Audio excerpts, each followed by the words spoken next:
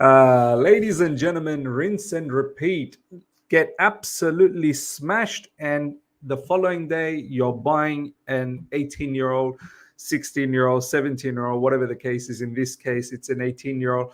This seems to be the theme. This is how we've operated in recent times. Well, under the new ownership, to be honest.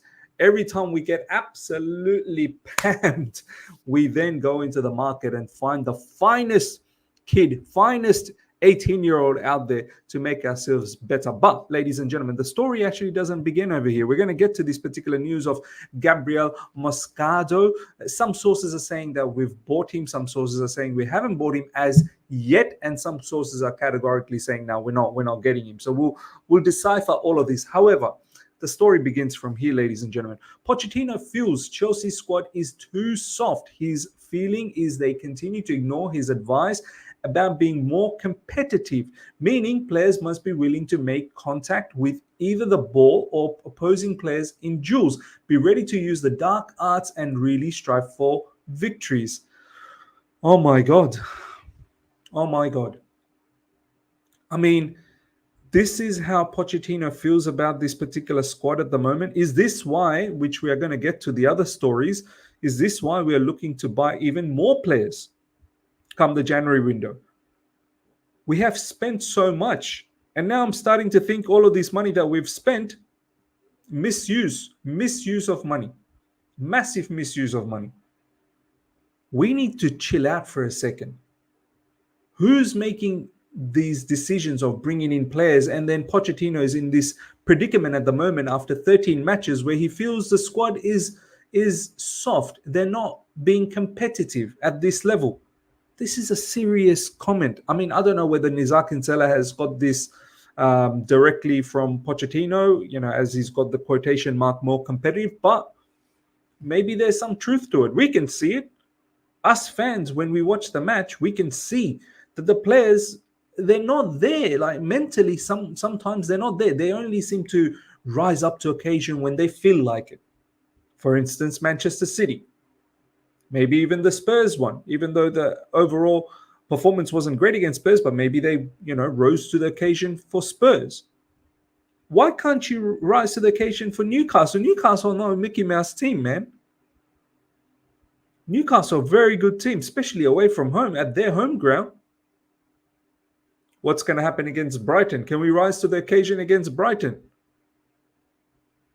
This is a damning piece of material coming from Nizar Kinsella, where he's saying the squad is too soft. So what now? We've just assembled this squad not that long ago. This is a fairly new squad, man. In fact, it is a new squad. So what are we implying here? Do we need to get rid of some of these players that who we've just bought in? And looks like there will be another mass exodus. It's potentially going to be a lot of academy players once again. Ladies and gentlemen, you let me know how you feel about this particular comment or this particular piece of information. Supposedly, this is how Mauricio Pochettino is feeling. And what is Mauricio Pochettino doing to get this better? Why isn't he thriving to instill that mentality? This is where I feel like, look, as I said, got no issues. Mauricio Pochettino, I'm backing him. I still think he's capable of turning all of this around. I still believe in the squad, always have. But I can't for a second not think that an elite level manager, I know a lot of people will say, oh, who else is going to be available? I don't know. I'm not out there scouting. But I can put an example. For instance, Jose Mourinho. I'm not advocating for him to come back. And do you know what? I don't even mind if Jose comes back. I think he will probably instill that mentality. An elite level manager, I personally feel, will create that environment where players stay focused and concentrated on the task ahead. Once again, I keep reiterating this. I can only put real life examples, and you guys need to put real life examples as well. Put yourself in a situation where your gaffer is damn serious. I know if my manager is behind my back, and wanting me to be very serious day in, day out, whether it's training sessions, whether it's in man, and if my job's on the line as a player or as a employee of a particular organization, man, I am putting the hard yards. I am putting the hard yards, and I'm making sure that I don't let myself down, let my gaffer down, let my company down, and I'm working my backside off. So what is it? What is it? Why are these players soft? It's not like Pochettino hasn't spent enough time. Like Pochettino came in, I think it was July. So it's been a bit of time now since July. Why are they still soft? It's quite damning for me, to be honest. Let me know in the comment section how you feel about that. Next up, ladies and gentlemen, as I said, this is the story that's circulating around. Chelsea have signed Gabriel Moscardo for 25 million euros. That's a lot of money, 25 million euros. I don't know who this particular player is. Some of you guys have mentioned previously when we were linked with him, he's apparently a Declan Rice regen. I mean, look, all I'm going to say is that this kid is 18. There will be another 16, 17, 18-year-old that might be, again, a Declan Rice regen. This is the thing about kids. Every other day, there'll be another kid that we feel that's a wonder kid, or they're a Declan Rice regen, or they're a, Juan Mata regen, and so on and so forth. Our squad at the moment doesn't need more kids. We have enough kids, enough. This particular kid could very well be the next Declan Rice.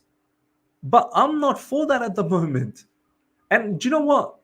Looking at Chelsea's scouting ability in recent times with the caliber of kids that they've brought in, this particular kid could actually be a very, very hot prospect. But that's not what we need in the squad. More hot prospect and more midfielders. What about Santos? What about Casedi? We already got Caicedo, Enzo Fernandez. What about Gallagher? Chukwuemeka yet to come back. And I'm sure I've missed out on so many other names in midfield. What's with this stockpiling of talent, man? This squad needs some serious level of ballers now. Not age, experience. Players that have faced the toughest levels, have got a lot of games under their belt. Not another kid, man. Other sources are saying this isn't completely done as yet. Chelsea sources say it's not a done deal yet with Corinthians for Gabriel Moscardo, even though talks are happening. And this particular journalist is saying that even though it's not completely done yet, but it looks like it will be done. Gabriel Moscardo is sold to Chelsea. Corinthians presenter and ex-player for them, Neto, has confirmed this on his program. You can check that particular video out, ladies and gentlemen. This is on Chelsea Dodgers. So let me know how you guys feel about Gabriel Moscardo. Honestly, ladies and gentlemen, I can't be upbeat about it, because for me, the issues are far greater at the moment, and it can't be solved by buying another kid. And what is with this? Every time we lose, every time we get smashed, we just go and end up buying another toddler. What is with that? What are we going to do if we lose to, I don't know, Brighton or Man United down the track? Have we got another kid lined up that we want to buy? You can't fool us like this, man. Come on. Chelsea will make a decision on Thiago Silva'S future next year with his contract due to expire in June. Silva has given no indication he plans to retire and is open to staying at Stamford Bridge, but Chelsea are exploring potential CB signings. This is the other story that's floating around, ladies and gentlemen. Thiago Silva is a huge topic. Everyone is hating on Thiago Silva now, like as if he is the sole reason, he's one of the biggest rocks at the moment. Out of all the rocks, he's one of the biggest rocks that is causing the issue at Chelsea Football Club. It is so disheartening to see this. I know a lot of you guys will say, get rid of him. That's fine. That's your choice. That's your perspective. No problems. All I'm saying is I think someone like Thiago Silva has still immense value in the team. I'm not completely confident with all the other CBs as yet. All of them are kids. Kids learning from kids. That's a recipe for disaster. Reece James recently, and also in the past 24 hours, there's been some tweets that's been coming out. Reece James is still relying on Thiago Silva, still leans on Thiago Silva. I know Thiago Silva's not been good. I'm not a fool. I know he hasn't been good this season. But tell me which defender has been on a absolute consistent level. No one has. So for me, it's not about the individual, it's about the collective. This is what I said a couple of streams back. When you have every game where it's not one or two individuals that's performing well, it's 4, 5, 6 individuals performing poorly, that's when you know it's not individuals. There's a collective issue here. And this is where I need to focus on the manager. What are you doing? What are you seeing in the training sessions? Are they not understanding your instructions? Is the game plan good enough? How do you defend? What's the philosophy of defending for Chelsea Football Club? So look, for me, Thiago Silva, honestly, me speaking, I would keep him for one more season. Let these kids learn as much as they can from Silva. Looks like we're not going to have European football again. So one game a week, Thiago Silva can definitely do that. But let me know in the comment section, ladies and gentlemen, if you would get rid of Thiago Silva or not. Telegraph Sport understands that Chelsea are looking at making 2 or 3 first-team signing in the January transfer window to boost head coach Mauricio Pochettino's squad. Now, look, a lot of us are probably going to be laughing at this. More players. But you know what? Pochettino probably needs it. The way we are going right now, it looks like if we don't bring in some more experienced players, and as I said, experience doesn't necessarily mean aged players. No, there's some players that have played enough games at the highest level. 22, 23-year-olds could have done that as well. But we need mature level. There are certain, like for example, Enzo Fernandez is a very mature, young player. We need to see the characteristics of some of these players. I feel ashamed. I really do. After spending $1 billion, we are still in this predicament where we need 2 to 3 more players. You best believe we're probably going to get a striker. I think, as much as I think it's probably a summer thing, but I reckon Mauricio Pochettino is going to plead and beg to the board, and the board will succumb to it. They'll have to do something. If we continue, by the end of December, by the time the window opens, and we are still 11th, 12th, 10th, whatever, you best believe we're bringing in some players, because we can't finish this season the way we finished last season. That will be a disaster, an absolute disaster. Let me know, ladies and gentlemen, once again in the comment section, should we be going out there and getting more 2 to 3 players? Like, should we not have some shame? Do we have some shame? And who gets out? Who do we get rid of? It's almost as if we're going to get into this situation very soon. The players that we've brought in, we are looking to get rid of them as well. It's getting to a very chaotic situation. Chelsea will again listen to offers for left-back Ian Martin, who turned down a move back to Burnley during the summer. Malang Sarr remains up for sale, while depending on incoming business, the likes of striker Armando Broja and winger Noni Madueke could consider their immediate futures. I think, all of these players mentioned here, they're most likely, they're going to have to move on. Ian Martin, mate, you're not even getting considered. So you have to move on in January. And all of these players, most of them look like they're academy players. So Ian Martin, pure profit. So that's going to help us the financial fair play. Malang Sarr, I have no idea what Malang Sarr is still doing at Chelsea Football Club. He's not going to be, pure profit. We did buy him, but maybe we can still sell him at the same price we bought him for. I think about 2 million. Noni Madueke and Armando Broja, pure profit from the academy. I feel sad. I wish he got a bit more opportunities in the upcoming matches. I do hope to see Armando Broja a little bit more. I think he's got the quality. I honestly think if he goes somewhere else and gets regular minutes, he will explode. And I hope he does. Man.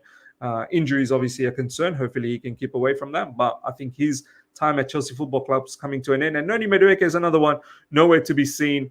And this brother always seems to do well for the under-21s. And then he comes to Chelsea and he's absolutely discarded.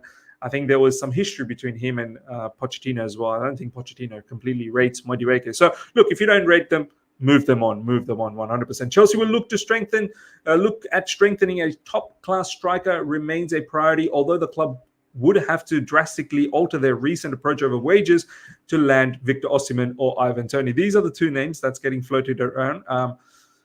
Do you know what? Maybe Chelsea might go all out and get Osimhen in the January window. And if they fail, we'll see.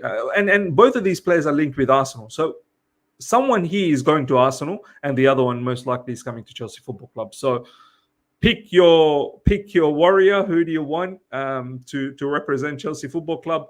Look, I don't know. I mean, I have concerns about both of them. Ivan Toney, one good thing is he's Premier League proven, but what level of Ivan Toney we're going to get post the suspension? That's a question mark. And Victor Osimhen, look, he's a superstar. He's a fantastic player. I think obviously he's got all the attributes to do well, but I'm just worried that some of these Serie A, strikers, when they come to the Premier League, the performance doesn't seem to translate. But Victor Osimhen, that African background, you'd think he would adapt to the physicality of the Premier League. So my preference probably will be Victor Osimhen. I know initially I did think about Ivan Toney, but the more I keep deeping the situation, the more I think, what level of Ivan Toney are we actually going to get? And does Ivan Toney, can he fit in with this entire Chelsea team? Maybe he can. Look, we'll see. Look, bottom line, we're going to have to get a striker. Seems like, we've lost our patience with Armando Broja and Nicholas Jackson. Of course, that's the name. Armando Broja and winger Noni Madueke could consider their immediate future at Chelsea. We've gone through that. Next up, Chelsea striker Armando Broja is a January target for Fulham, with Chelsea in the market for another striker this January. They will consider allowing Broja out on loan. Look, loan would actually be a smart way to see what we can, what happens with Broja down the track. I wouldn't mind loaning him out, to be honest. If he is surplus to requirements, I don't want to just get rid of him. And Fulham does need a striker, so Broja will get his opportunities there. So I don't actually mind this loan. Can we send out more players on loan? I don't know. I think we may have to bring someone back, maybe a Santos, and then allow someone like Broja to go out on loan. I think we might have used up our quota. But this particular loan, I actually don't mind. So overall, ladies and gentlemen, the summary is Chelsea players, Chelsea January plans up for sale: Trevor Chalobah, Malangsa. Will listen to offers Ian Martin. Players that could consider their own future: Noni Madueke and Armando Broja. This is coming from Matt Law. So that brings us till the end of this particular news segment, ladies and gentlemen. Let me know your thoughts about everything we spoke about, especially in regards to Mauricio Pochettino and the squad being too soft. I feel like at this stage of the season, and we're talking about this, we're talking about the squad in this manner. I'm worried where we're going to go. We do need to rectify this straight away. We have to get a victory against Brighton and then follow it up with a victory against Man United. We need to create momentum again. Can't be dropping more points. And I know the theme has been all about dropping points, but it's got to end. It's got to end. Ladies and gentlemen, hope you guys have enjoyed this. Smash the like button. If you're here for the first time, subscribe. Hit the bell notification to stay in touch with all my content. I shall see you guys for a live stream tomorrow. Until then, take care. See ya.